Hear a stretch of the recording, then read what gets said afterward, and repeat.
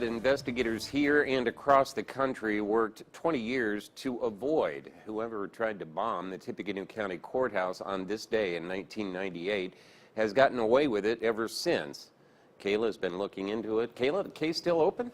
Yes, Jeff, it is. The statute of limitations may be up, but there are some loopholes if the person responsible is found. Some still hold on to hope, others have forgotten about it. But with each passing year, one of Tippecanoe County's largest cases grows less likely to solve. Good evening, everyone. At this moment, Lafayette firefighters are battling a blaze at the Tippecanoe County Courthouse. Little did we know, those first responders would soon discover a red Ford pickup truck with an improvised bomb and two 55-gallon drums of gas in the back. Whoever drove into those doors wanted to blow up the courthouse. We were really fortunate because what we ended up with was a building that was just closed for a handful of days because of smoke damage, as opposed to something that had burned to the ground or exploded. How are you? Tippecanoe County Commissioner Tracy Brown was working in the Tippecanoe County Jail that night. Years later, he became one of the sheriffs determined to crack the case. From a personal perspective, I would still like to see this solved, but I am resolved that it may be more difficult now than it was back in 2008 when we stood before our citizens and said we believe this can still be solved. At this point, most of the original investigators have retired, and many people in the community don't even know or remember it happened. I would have been 8 years old.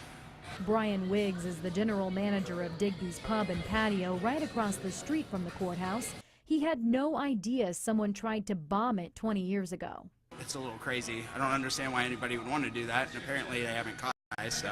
That makes Wiggs a little nervous. He can't help but think what people would do if the same thing happened today. People would probably be scared to come downtown for at least a pretty substantial amount of time, so it'd be a pretty big hurt for us. But for 20 years, Tippecanoe County has worked to secure the courthouse. There is now only one public entrance. Employees must enter with a key card, and visitors have to go through a metal detector. One of the first safety measures went up just months after the attempted bombing. These are fixed ballards, and they were installed with the intent to be able to stop a vehicle from getting any closer to the building than basically the sidewalk around the building.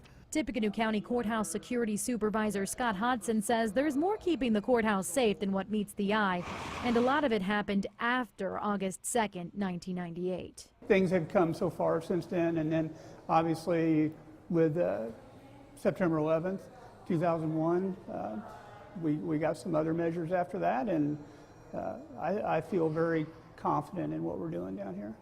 Hopefully that'll be enough to deter somebody from trying something like that again. But it might feel a little better to know the person who tried it the first time is behind bars. If somebody has information, something they've heard, they can still call the We Tip hotline. I believe it's 788-CRIME. Call that number and pass that information along so it can be investigated. Well, commissioners still have an account with nearly $9,000 for a reward in this case, but Brown says a person could see upwards of $50,000 if their tip leads to an arrest.